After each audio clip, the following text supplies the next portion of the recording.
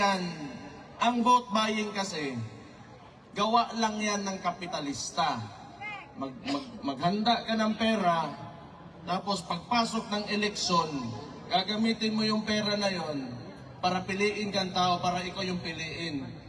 So, ano ang consequence nun sa lugar nyo?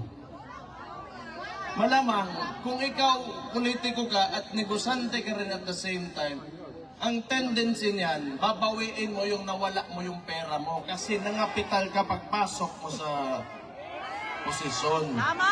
So mahalaga, yun na nga, ever since, ang ginagawa namin sa Davao, kinukuha namin yung mga nagbibigay na, those who engage in vote buying, but still, we vote for those who we truly believe should run government.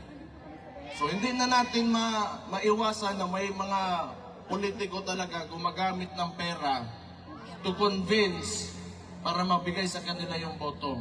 Pero isipin nyo, pag naglabas ng pera yan, that is what capitalists do.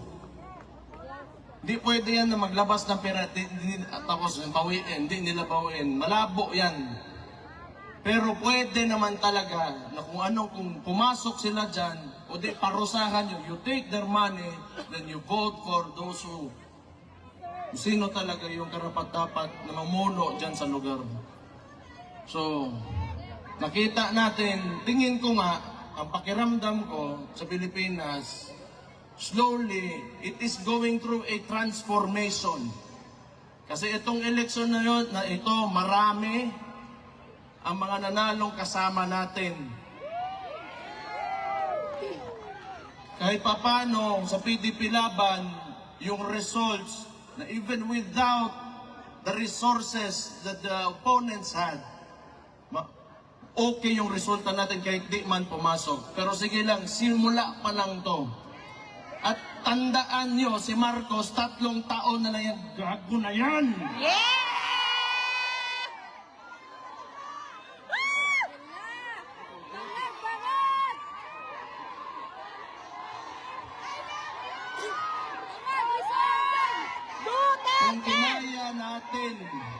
Kung kinaya natin 3 taon, ako sa Davao na bilang alkalde doon, pinahirapan